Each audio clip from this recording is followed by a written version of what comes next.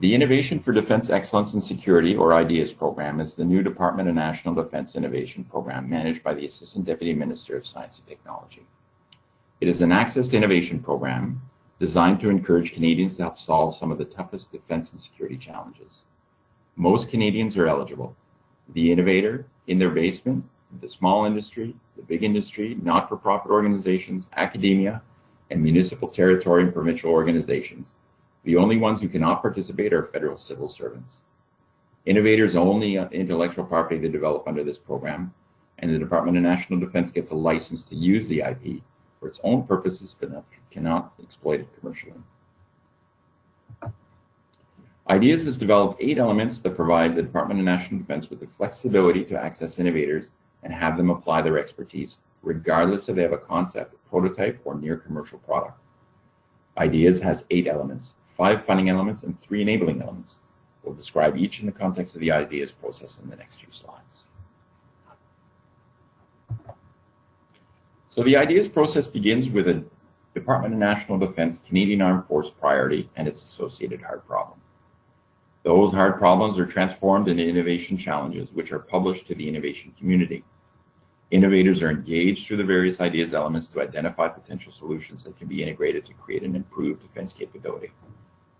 So now we'll talk about elements at a higher end of the solution readiness level. So sandboxes.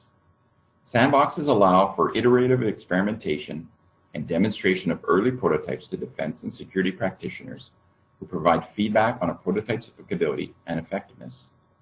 As with all program elements, a call for proposals begins with a challenge. And then for sandboxes, innovators indicate their ability to demonstrate a potential early stage solution. IDEaS will then set up a demonstration, i.e. the sandbox, and the innovators will just have to come and demonstrate their own solution. Some funding may also be provided to support the participation of innovators. Under the innovation and assessment implementation element, this process begins with a call for proposals, as do all our various elements, and a challenge statement, and then innovators are invited to demonstrate how they can solve the challenge. IDEaS will acquire the proposed solution in small quantities to be able to evaluate it and confirm how mature it may be or it is from a potential to use it in the field of activity. Defense and security operators will then provide expert feedback, and any large-scale procurement that would take place as a result of that testing would happen outside of IDEaS and follow the normal procurement process, subject to a sponsor, support, and funding, and the sponsor being an area of the department or military that is interested in the solution. Again, as mentioned at the beginning of the presentation, the eligibility list is very broad and is available for organizations across the country.